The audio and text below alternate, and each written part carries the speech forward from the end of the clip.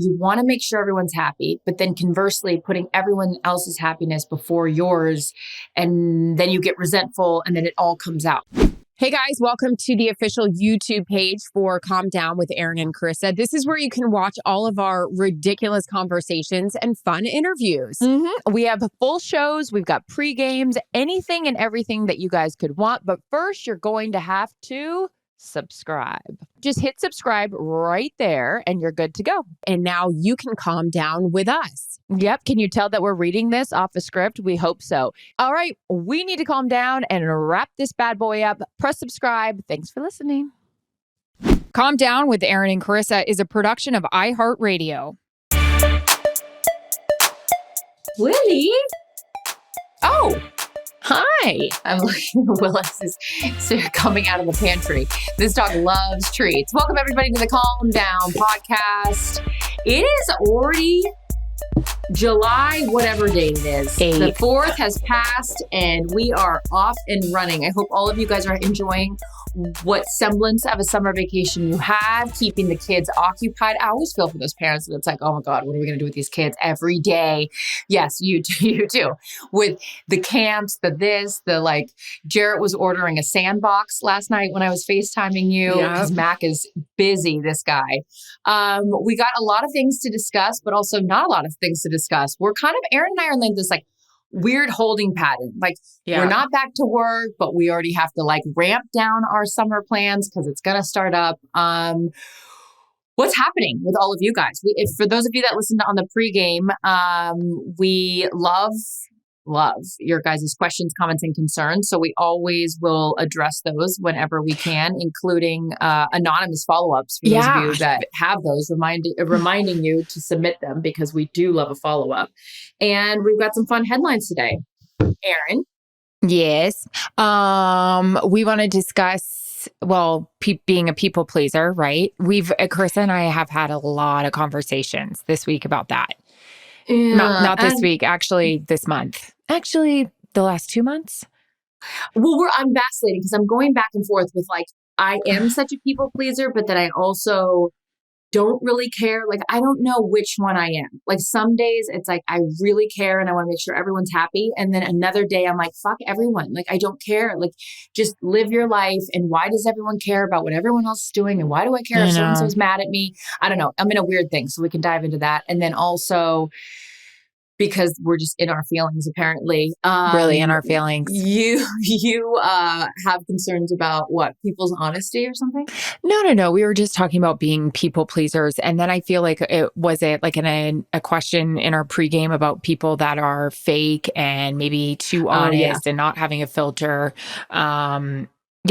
So we have a little bit of therapy to go through, and we have some great headlines that lead to always fantastic conversations. So let's just lay down on the couch right now, all of us, and talk about everyone people pleasing. Kick your feet up and relax. Hopefully you're in a hammock. It's the summer. Oh, I am a people pleaser, and I have had multiple conversations with my husband this past week. Tears have been involved, also alcohol, so it's fine.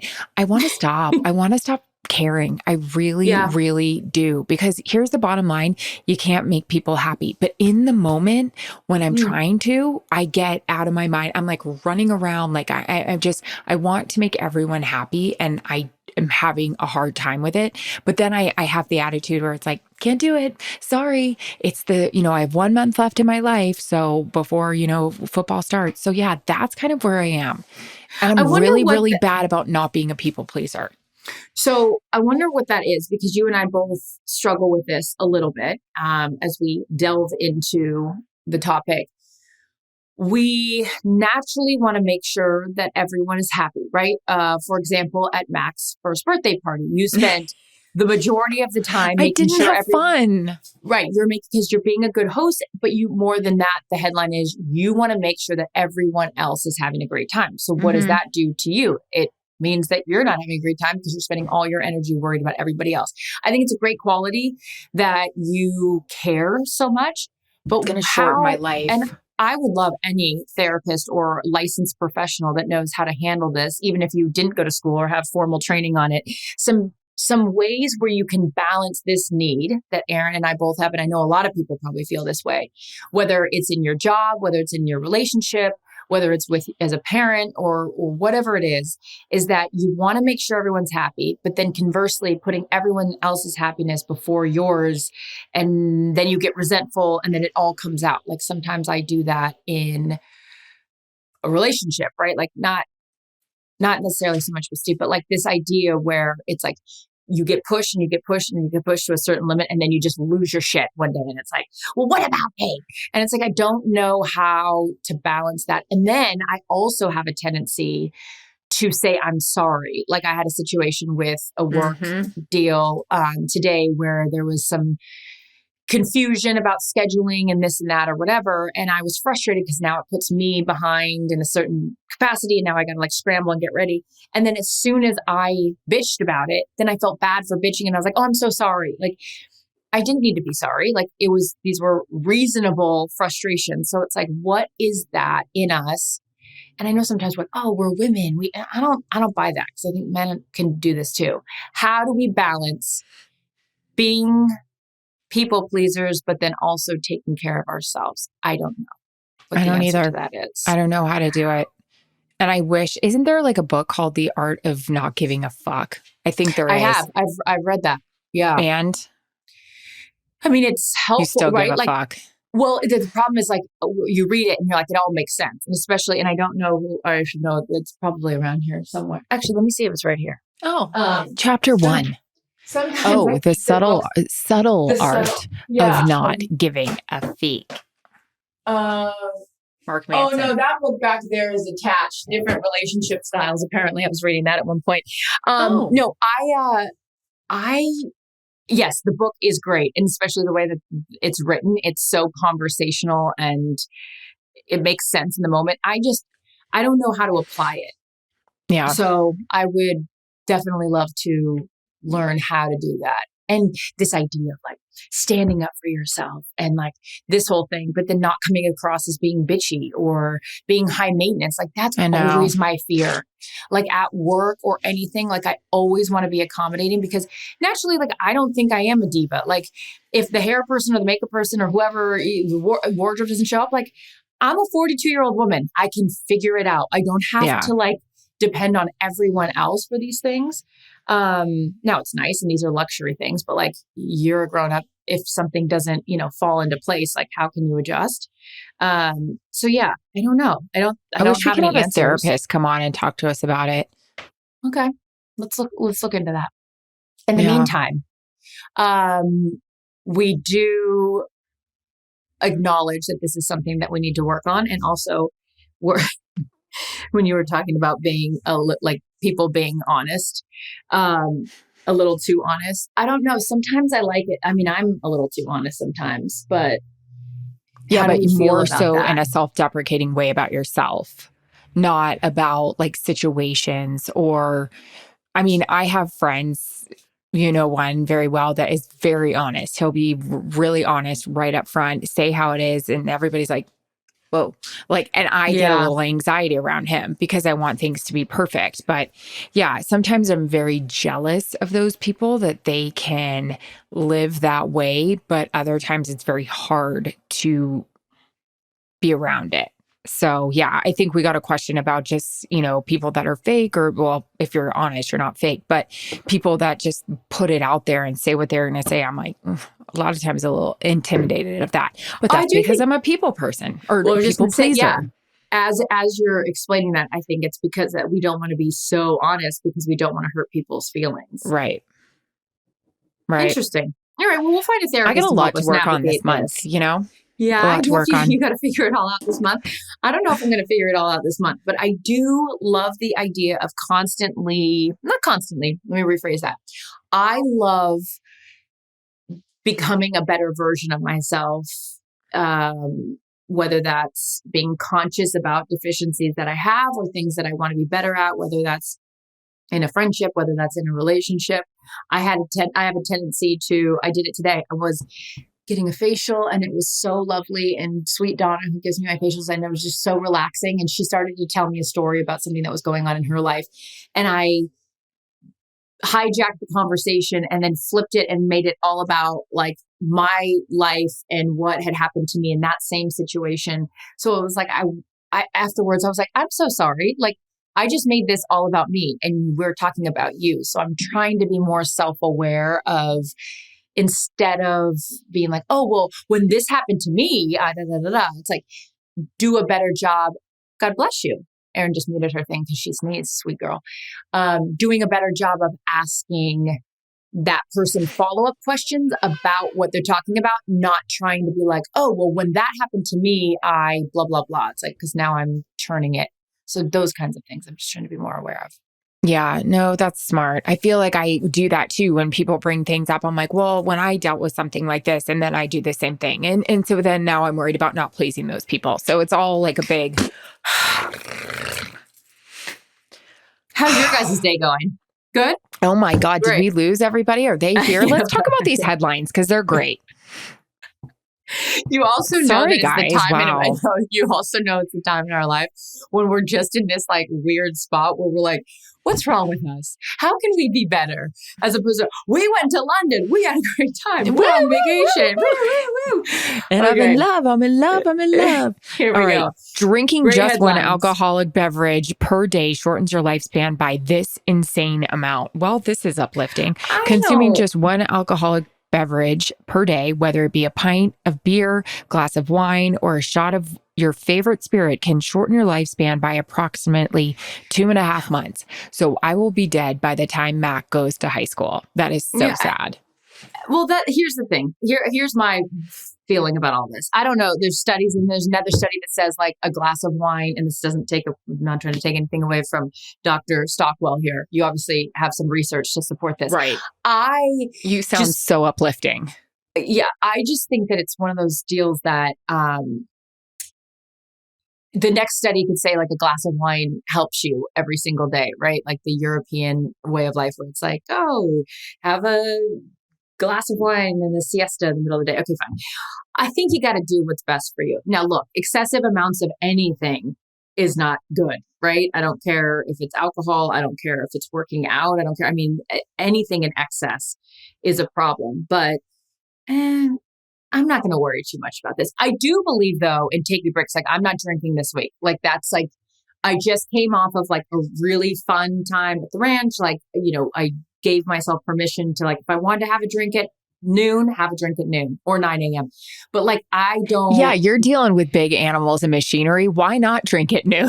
You know what I mean? When I'm operating that John Deere tractor, you just go ahead and throw back that yellow belly. You know what I mean, Girls Original? Cracker. I don't know. But I do, you've got to like take a break. This week, I'm having like, and I'm excited about it. I'm like, wake up this morning, you go in the cold tub, you get the green juice, like reset, recharge, and then do what's best for you. But thank you for your thoughts, Dr. I love it. I charge other moms for play dates with my daughter. Trolls say it's tacky, but it's only fair. From TikTok, a mother posted a video saying, can we normalize sending the other family money for play dates? My daughter had a friend over and I asked her mom for money. After the play date, I texted her mom and said, thanks for letting Jamie play today because people have the share of the Venmo totaling $15 via Venmo. I also, sidebar, we have to stop making Venmo reasons public. Like today, I saw on Venmo, because I Venmoed my sweet nail lady, one of the things that people put on the reasons for Venmoing on here are absolutely insane. One of them, I'm not even kidding. Oh, it says I always fees. do a heart so people don't know what I'm doing. I thought it said shitter fees. No, it's like, but why is this public? Why are the reasons that you're paying someone public? It's bizarre. Hard work. I mean, Spain, I didn't know if I was public. You guys, we've got to normalize not being public. Kristen's car wash, and then you see the dollar amount, and you're like, wait, we are Venmoing someone $5? Like, anyways, going back to the initial conversation. Are you a Venmo judger? You're a Venmo judger. 100%. I'm a Venmo judger. You're a people pleaser and a Venmo judger. How do you live with yourself? By the way, because I am a people pleaser, I would never in a million years be this woman who asked for money for the play date. I wouldn't. Do you get the random requests from people? I do. 100% going through a tough time. Are you insane? I would love to help you, but this is not the way to do it. Okay. No, ran $50. No, I think I think, and everyone's in a different situation economically. Okay. And if you're under a hard financial, time in your life, then maybe we have to say to your daughter, we're not going over to play because we don't have the money to do that. I'll play with you outside or something. We can't be asking people for money. Did you see what this is? $1 for chalk. Applesauce $1, fruit $1, sat on the couch, wear and tear $1. Are we what?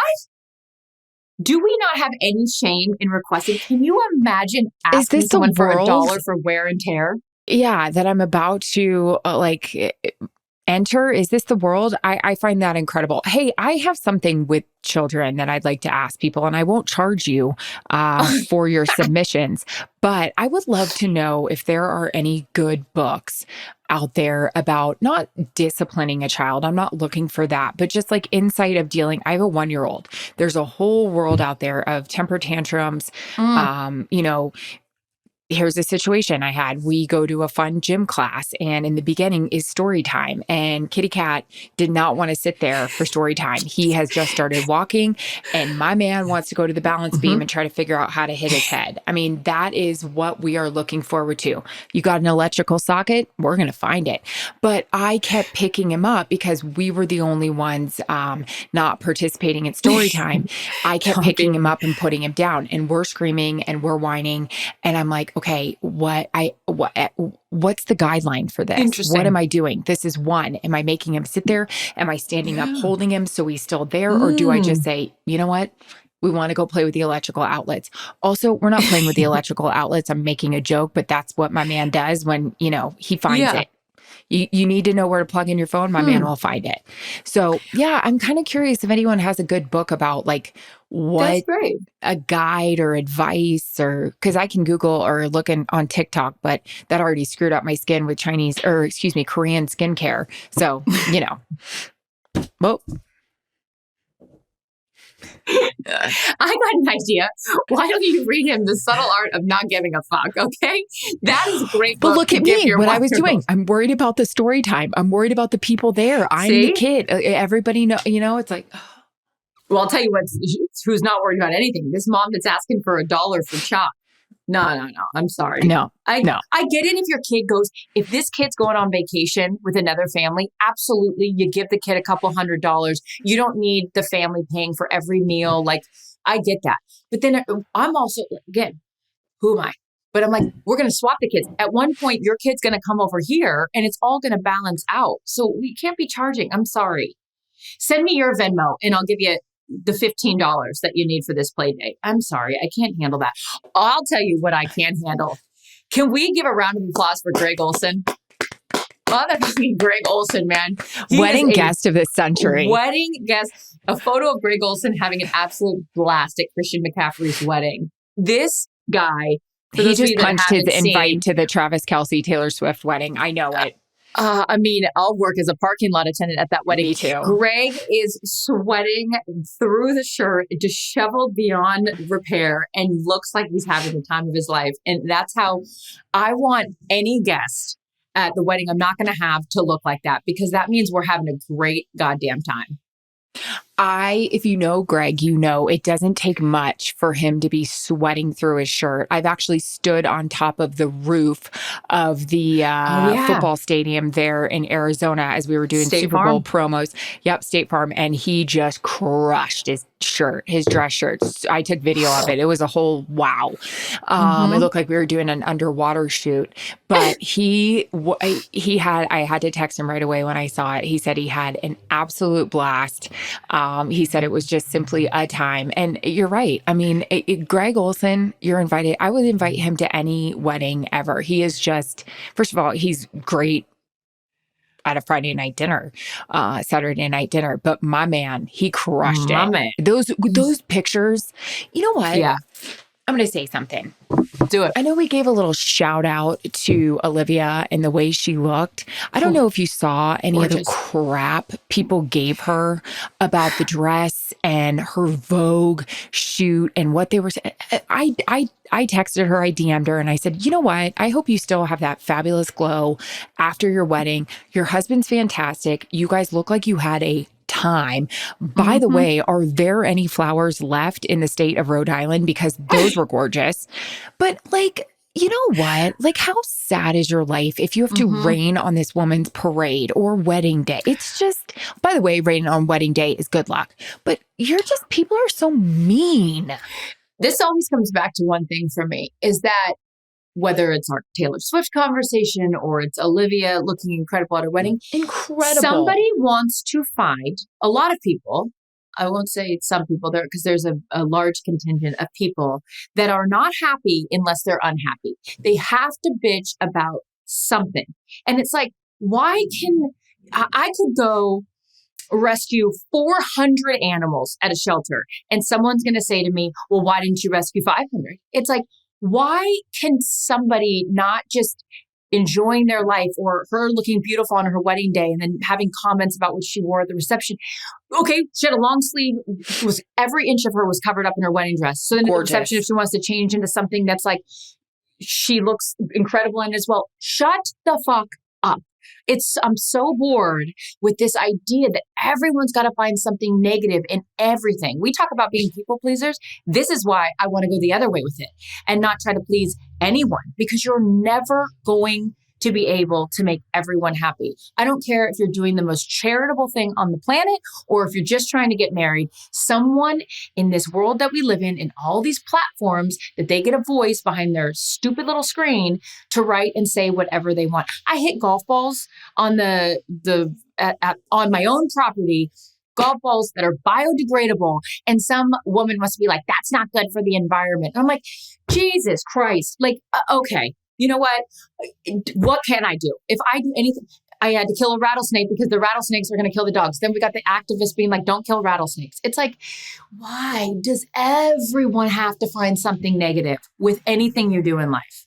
Shut up. Shut up. It's beyond mean. I don't was that a rant? And we thought we had nothing to talk about today.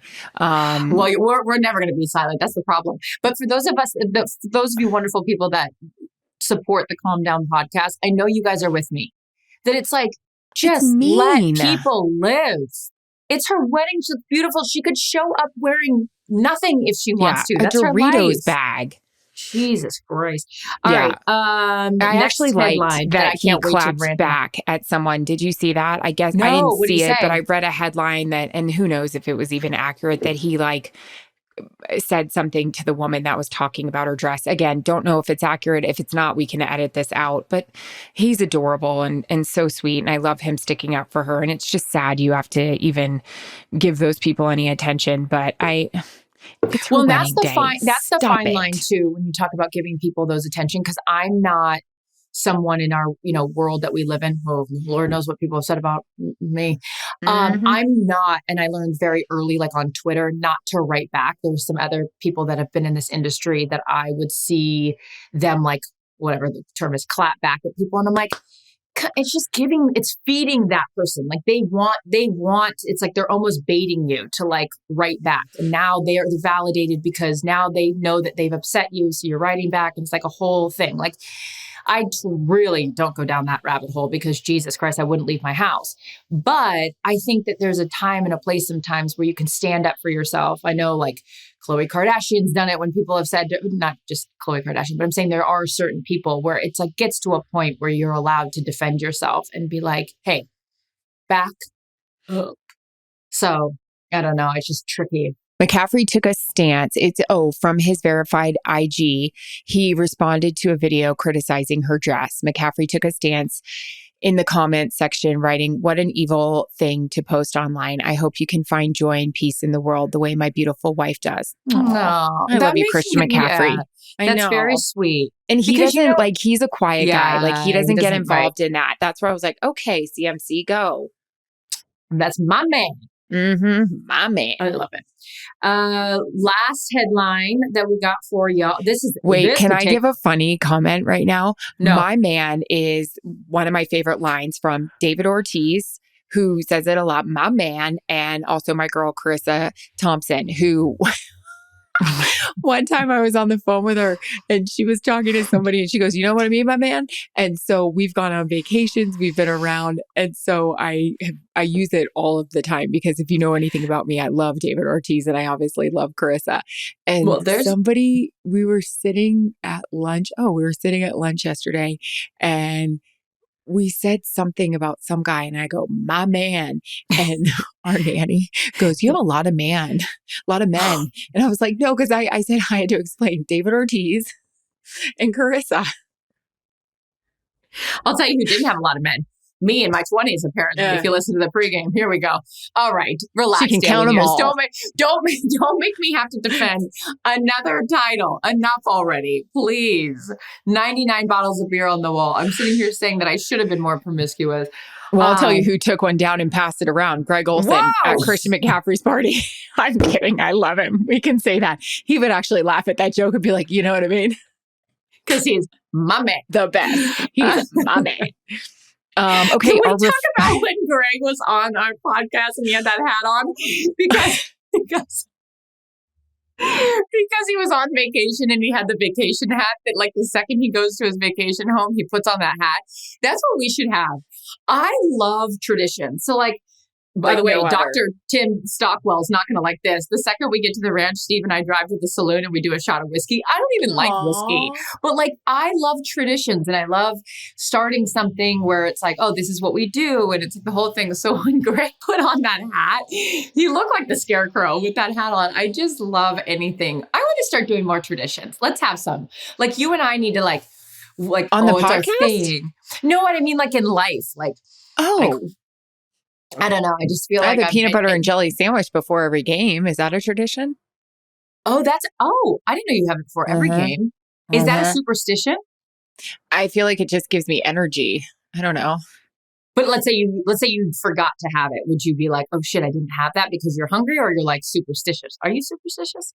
Yeah, I am. You are? I used to clear. Yeah, I'm very superstitious. I knock on wood with a lot of things. I would knock on wood. Yeah. That's the only thing that like I'm consistent about my superstition. Although I think I have a little OCD. Like I'm someone that will leave the house. Sure do. Oh, wow. Okay. Doctor So do I. And we don't mean the ACL surgery, the Tommy John. I will leave the house. I will be halfway to the destination of where I'm going and be like, oh shit, I don't know if I blew out the candle or I don't know if I locked the back door. I will drive back home and ensure that the candle's out and the back door is locked. I will fixate on something. Like I told you about the thing that I left at the ranch and I was like, oh my God, like I will fixate on things. And I have gotten to the point in my life that yes, curling iron candle. Jarrett has told me numerous amounts of time, if you burn this house down, I'm going to be really pissed off.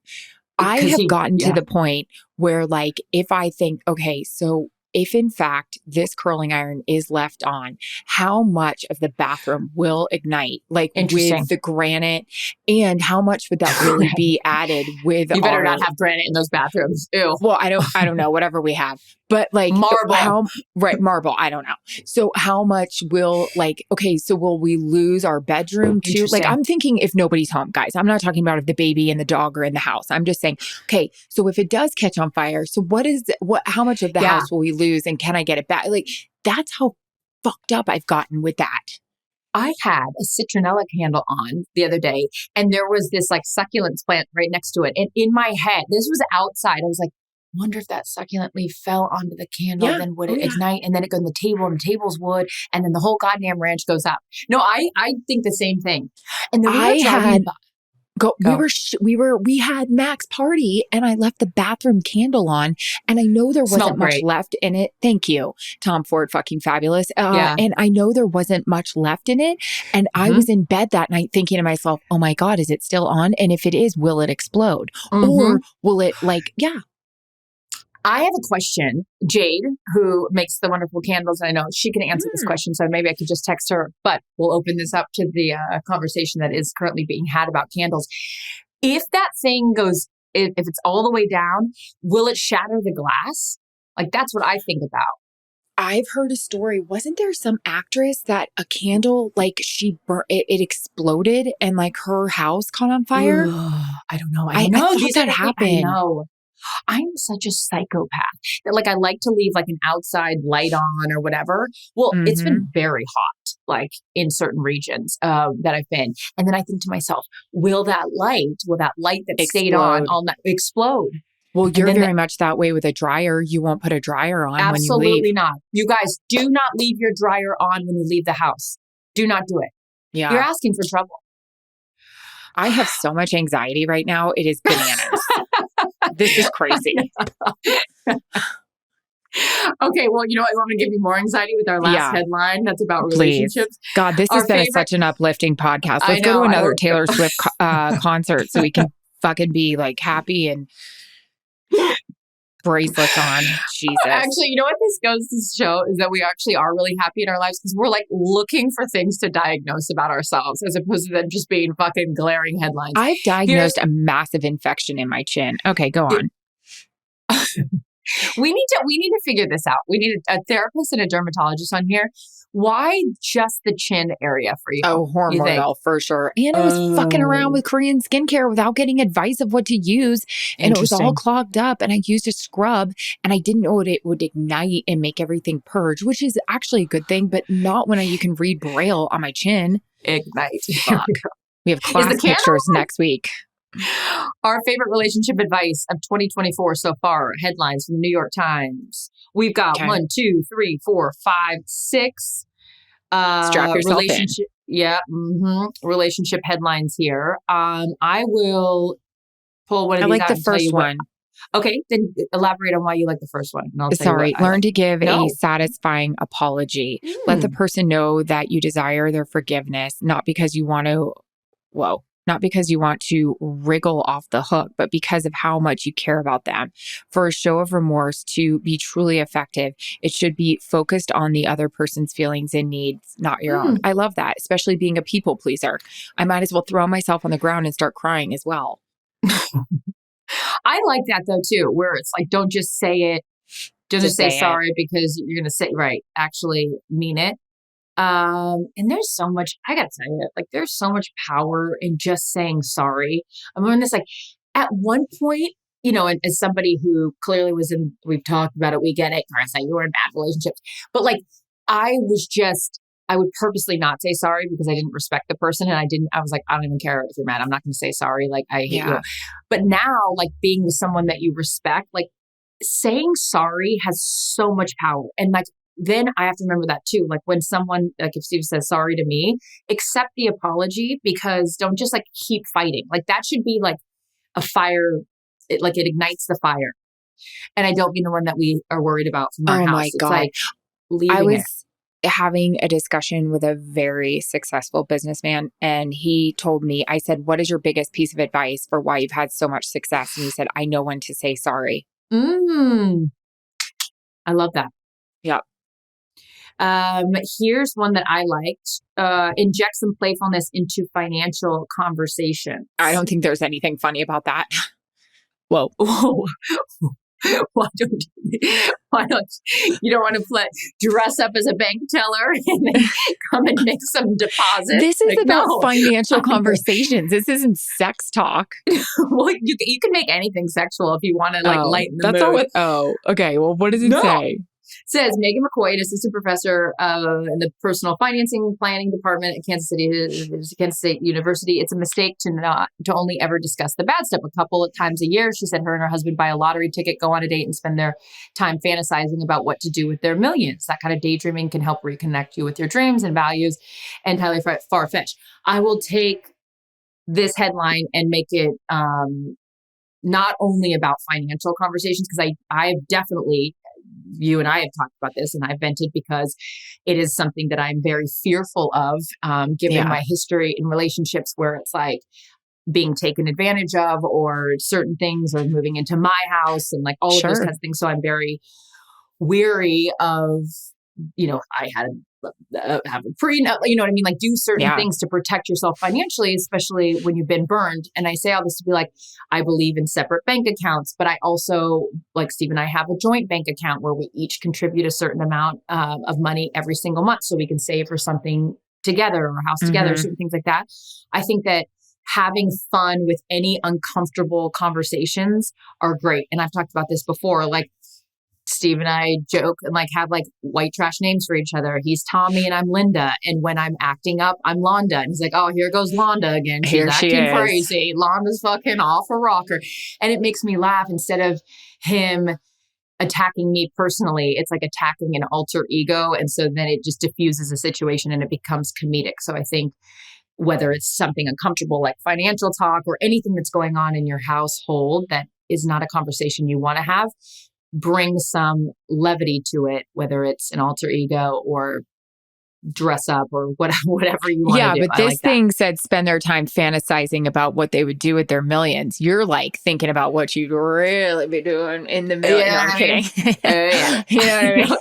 Yeah, but it's like, I just think like bringing some lightheartedness to like difficult conversations is good for anything. We talked about that earlier on the phone this week, is that instead of meeting something with resistance and being so like annoyed by it, like just flip the paradigm and be like, all right, I'm going to laugh at this. And let me see if laughter helps get me through it, because getting frustrated is also like, I think about this, like stress is such a big cause of cancer. And I don't need to tell you, as someone who's went through this, like with cancer, it's like, I don't want to infect my body with so much stress that it's like, I know. And that's why I'm struggling right now. Right. And so it's like, we need to help each other constantly by reminding one another that stress is like the number one killer. And I hear about these people that like die and have a heart attack at 40 or this. And I'm like, oh my God, I'm 42. I don't have a heart.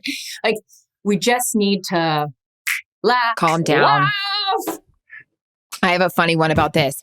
Number 4, to strengthen your bond, read aloud to each other. Through the act of reading, we are transmitting emotions. We are transmitting affection. I tried reading Jared all last night about Taylor Swift's like little mashup about Travis and her and the year anniversary. And he was like, babe, I got it. They're in love. I got it. I'm like, no, but 87 and 89 and my Mary's song and like the crinkle of an eye. Like, he's like, babe, yep. So I disagree. I was reading to him last night. Sure, it was off Instagram, but he wasn't going for it. This is very funny then, because Steve says to me, he goes, we're watching the local news, and he goes, I could do that. And I go, oh, what could you do? He goes, I could be a news anchor. He goes, okay. He goes, look how easy this is. They're just reading a teleprompter. I go, okay. I said, so let's go ahead. I go, let's download the teleprompter app, and I'm going to upload. It. It's great.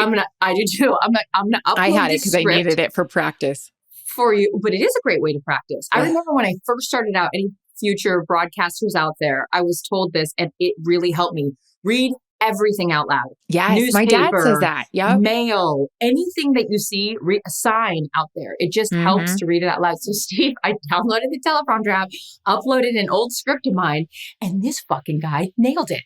And I was like, God damn it. And his voice, he used the right inflection. And I was like, I wanted him to mess up. So I kept like changing the speed to go faster. He was keeping up. I was like, oh my God, this is like, he's actually really good. So if Steven's up on the local news, I'm not. My problem is now I read everything in like a children's book voice, like guilt or pressure to get your partner to take action rarely works, experts said. Like, I was getting my nails done the other day, and my girl was like, oh, flip the, what is it? Not astrology, but flip your reading or whatever the date. Horoscope? I don't know. The reading, I don't know, of the day. And I read it like, sparkling Tauruses, they love this day the most because it brings them all the sun and light they could ever need. Oh. Like, blah. She's a mom. She's a real mom. What else do we like on here? Anything? I think it's all great. It's all great. These are all great. Stop squabbling over household clutter. Focus on function. I also think delegating responsibilities. I hate to cook. It's not my thing. Steve loves to cook. Steve hates doing laundry. So the trade-off is I do laundry. Steve cooks. Find the things that you guys in relationships, and even if you're not in a relationship, I was talking about this today with my sweet Donna, facialist. Yeah, where you made it about you. Yeah, where I made it about me. Sorry, Donna. She had a lot of extractions to do. She was busy. She probably wasn't listening. Oh my God. Speaking of not listening, again, we just got to have them on the podcast. We talk about Steve and Jarrett way too much. We need Ryan, enough. It has to happen. We're going to give, you guys are sick of hearing us anyways. I'm sure you're interested in hearing them. But Steve the other day just kept going. I was talking and I was like, and he just kept going, yeah, And like after 4 uh-huhs and yeah, I go, are you just saying and yeah, and you're not listening? He goes, I was like, well, there you go. Sometimes you just got to and yeah your way through the conversation. So I'm deaf. I can't even say Everything now with me is what? What was that? I can't hear shit. I can't. And why do you think that is? Well, we've discussed it. Earplugs all the time. When I work out, when I sleep, I'm shoving the wax in. Also, we wear an IFB, shoving the wax in. I am going to make an appointment to get this stuff out and see if that helps.